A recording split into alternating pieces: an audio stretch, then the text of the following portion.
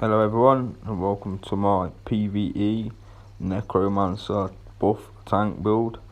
This is a tank just for buffing the group's DPS, for powering through your pledges and farming the dungeons. It's capable of veteran content, not so much the hardest vet content, but everything else it will fly through.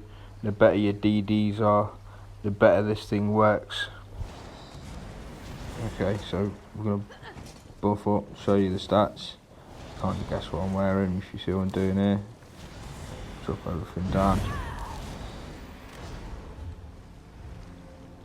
It's a great stam recovery, health recovery, and the mag recovery. Got to buff up for the armor resistances. We'll just do now. And you can see there, 28,000. Good resistances, good regens. We've got 50 points into health, 14 into stamina. We are a Nord, Necromancer of course. Using the Serpent Mundus for the extra stam regen. The Bewitched Sugar Skulls as the food, Tri-Stat health recovery. Great stuff. You can also use the normal Tri-Stat food, the long thin pasta, which doesn't have the health recovery, it's cheaper if you don't want to use the Sugar Skulls. So getting into the first set, it's the Akavali Dragon Guard set. It's an overland set from East March. It's easily farmed. We've got mag recovery, healing taken, health recovery, and it 15% reduced cost on our ultimate for the 5-piece. We've got his chest and legs in reinforced. The rest of the stuff should be in sturdy. It will be eventually when I can transmute it or get the right bits. This is going to help us for a blocking. This is going to help bring down the cost of the Colossus, so we're able to spam it a bit more. The second set is the Powerful Assault set. This is a set from the Imperial City Sewers. You can buy it with Telvar, or you can go to most guild traders and you'll be able to find the pieces. The staff is quite expensive, but here you can see it's going to have health, stam, weapon damage, and then it's boosting the group's weapon damage by nearly 300 for 10 seconds when we activate an assault skill, which is really easy. We'll just spam vigor to use it, and we've got the head, the shoulders, and ring and the eye staff. The lightning staff would provide better deeps for the group, setting them off balance and concussed, but the frost staff still is good for blocking. You can see we just hit the echoing vigor there. It puts the buff up for 10 seconds, boosting everyone in the group's damage. This really helps melt through bosses and just fly through the dungeons. So this set's active on the one bar where the vigor is to activate it, and then on the other bar we've got a third set that we're using, which is the Potentate's sword and shield. See, on this bar we have a 3-piece Potentate's active because we've got one ring as well, so that's giving us a 15% again reduced cost on our ultimate, bringing it to a grand total to 30% reduced cost. You can see there, that's on all the time, the Dragon Guard and the Potentates together. It just makes our ultimate so cheap. We can just spam them. Jewelry wise, we're just going with regen and reduced cost for blocking and what we have to do. I think we're fine with mag recovery. With this necklace, we can keep a good regens of both types.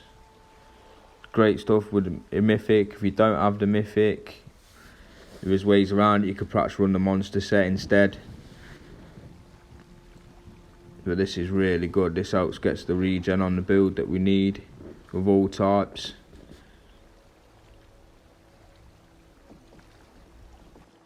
So the whole idea of the build is to be buffing all the DDs that are with us with a powerful assault, increasing the weapon and spell damage no matter what they are. And then the uptime that we can keep on the Colossus, we don't really need any other necros in the group. We can just pretty much do it ourselves. We've got Colossus for every mob, every boss. We just fly them out left, right and centre.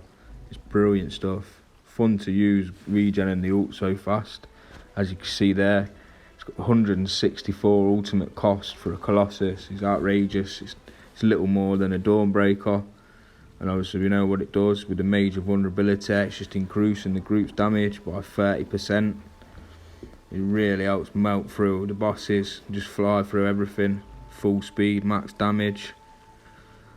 Here we have the taunt, bread and butter for a tank. This is what we do with taunt. Puts the fracture on as well, gives us minor protection. This is what we're spamming on everything to taunt. We've got a shield, offering a synergy to the group. It also chucks bit of damage back there, you can see with melee range. We use this if we're in trouble. We can just hit the shield and then hit the scythe. This is a health based heal, so this is scaling off all the health we've got. It's AoE as well, so the more things we hit, the bigger the heal. And when we're in trouble, like, we can just go back and forth here between the two a couple of times, get his health up, rebuff.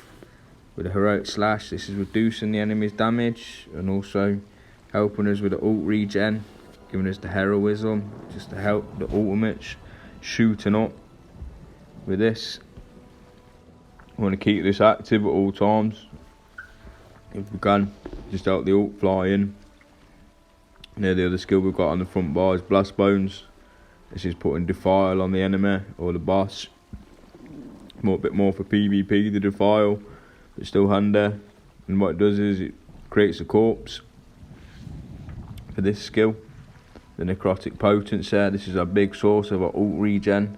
Every corpse was getting 6 ultimate. It's also healing us. It can really fill up our ult meter just instantly after a Colossus when everything's dead or when ad mobs are gone. Also, we make our own corpses as well, as you can see there, from the blast bones, from the armor, and from the Spirit Guardian. Each one of these, every time they finish, that's giving us 6 ultimate when we hit it. The necrotic potency. And it's going to fill up that 164 ultimate. You know, it's not going to take too many of that to fill that up before we can spam it again.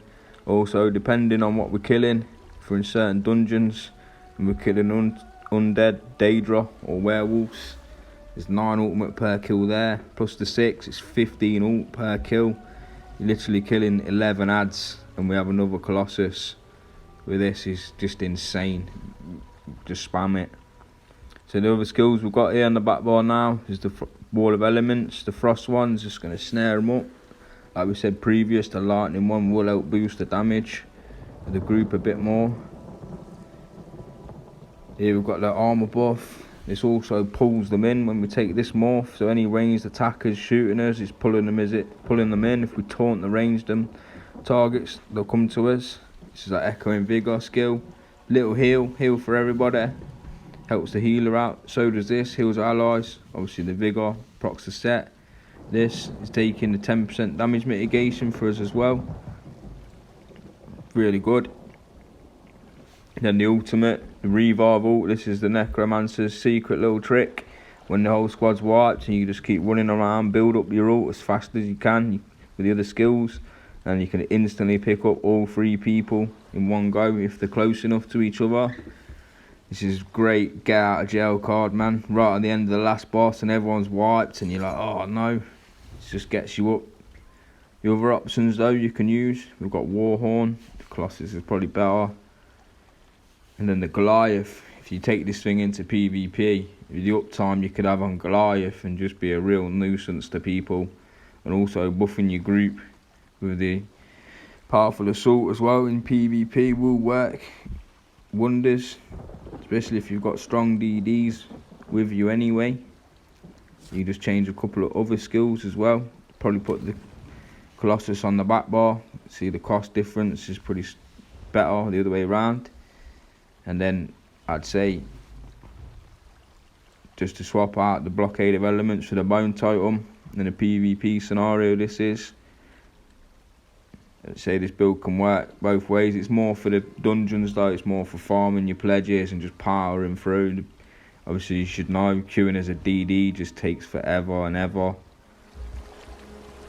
Queue as a tank, we're straight in, generally, or real short queue. And it doesn't matter what DDs we have with us, they'll do good damage when we're tanking, without a doubt. And I see here that I've many just yet, but just in the all in the general good places for your tank, getting the treasure hunter passive for the loot as well. These are the main trees as well in the blues, want to get blessed up for his healing. Physical weapons, crit healings of both types because we have a mag and a stamina heal, so we want to buff them. Same red trees, pretty standard as well, to be fair. General stuff. And that's it, thanks for watching. If you've not subbed already by now, drop me a sub. We'll be covering other things, not just PvP, but a PvE. We all need to farm the sets for the PvP. Me personally, I know what I prefer, but sometimes you just gotta get down and grind, and this is my best friend for that. You fly through dungeons, just repeat the pledges and everything else. Really good fun as well, just seeing how fast you can respawn the altar. Give it a go, let me know, as I always say, and GG, see you soon.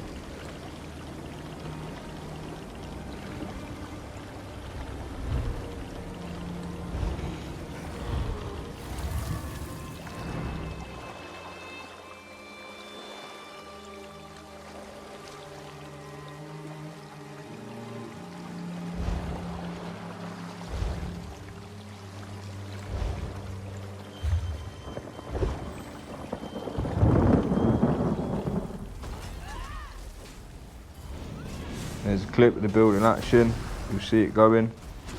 No sooner as the Colossus came off the cooldown, we've pretty much got it back up to spam again for the group. Just keep that DPS going.